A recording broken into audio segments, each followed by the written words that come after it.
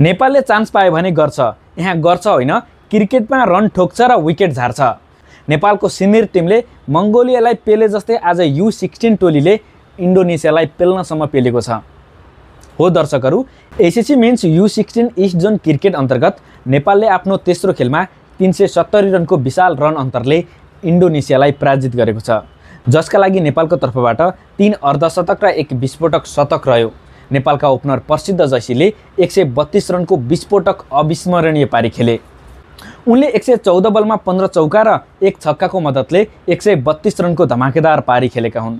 त्यस्तै अर्का ओपनर परिमार्जन यादवले 28 बलमा 71 रनको धुवाँधार पारी खेले। उनले 28 बलमा 4 चौका र 8 छक्का प्रहार गर्दै विपक्षी इन्डोनेसियन बलरहरूको धागो नै खोलिदिए।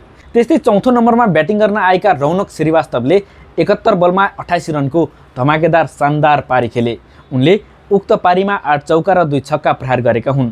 त्यस्तै जय थापाले 57 रनको अर्धशतकी पारी खेले। जय थापाले 41 बलमा 7 चौकाको मद्दतले 57 रनको शानदार पारी खेले।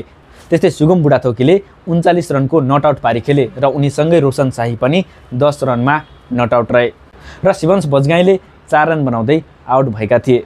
U16 टोलीबाट खेलिरहेका प्रसिद्ध जैसी नेपाली क्रिकेटका लागि एक ताराको रूपमा उभरिरहेका छन्। उनको प्रदर्शन डोमेस्टिक खेलतर्फ पनि निकै नै शानदारको रहेको छ। उनले डोमेस्टिक खेल TV Shah memorial cup U16 national cricket टुर्नामेन्टमा 7 इनिङमा 171 रन बनाएका छन्। त्यस्तै U16 प्रोभिजन सिलेक्सन 2025 को बागमती प्रोभिजनबाट उनले 5 इनिङमा 208 रन बनाएका थिए। त्यस्तै U16 district selection 2025 Jaykumar Nath Shah memorial international school टुर्नामेन्टमा पनि उनले 5 इनिङमा 300 रन बनाएका थिए।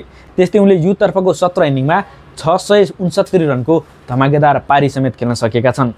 उनका यी सबै रेकर्डहरू हेर्दा उनी नेपाली क्रिकेटका लागि ठूलो रेसको घोडा भएको देख्न सकिन्छ। त्यस्तै उनले पिएम कप प्रोभिजन सिलेक्सन 2025 मा बागमती प्रोभिजनबाट 4 इनिङमा ब्याटिङ गर्दा 111 रनको विस्फोटक पारी समेत खेलेका छन्। आजको इन्डोनेसिया विरुद्धको यस खेलमा उनको निकै नै विस्फोटक र धमाकेदार पारी रह्यो। उनले यसभन्दा पहिलेको खेलमा पनि 33 रनको नटआउट पारी खेलेका थिए। दर्शकहरू, नेपालले दिएको 421 रनको विशाल लक्ष्यलाई पछ्याएको इन्डोनेसिया टोली 24.3 ओभरमा 50 रन बनाउँदै अल आउट भयो। उनलाई रोक्नका लागि नेपालको तर्फबाट कप्तान विपिन शर्माले 7.3 ओभर बोलिङ गर्दा सर्वाधिक 6 विकेट चटकाउँदै इन्डोनेसिया टोलीको ब्याटिङ अर्डरलाई ध्वस्त पारेका थिए। उनले 7.3 ओभरमा जम्मा 12 रन मात्र खर्चेर 6 विकेट हात पारेका हुन्। जैसीले 114 बलमा 132 रनको शानदार शतकीय पारी खेले। नेपालको खेलमा नेपालको तर्फबाट पहिलो विकेटका लागि जैसी र यादवले मिलेर 130 रनको साझेदारी गरेका थिए।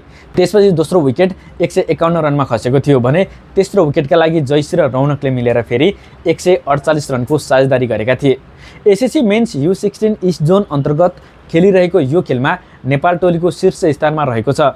समूह ए मा रहेको नेपालले हालसम्म खेलेका 3 वटै खेलमा जितेर 6 अङ्कसहित तालिकाको शीर्ष स्थानमा रहेको छ। नेपालले पहिलो खेलमा सिङ्गापुरलाई 6 विकेटको जित र दोस्रो खेलमा जापानलाई 9 विकेटको जित निकाल्यो।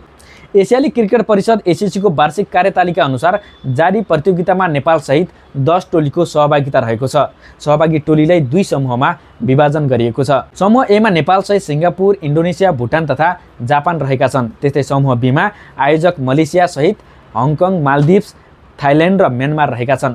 नेपालले अब समूह चरणको अन्तिम खेल भुटानसँग जुलाई 1 मा खेल्नेछ।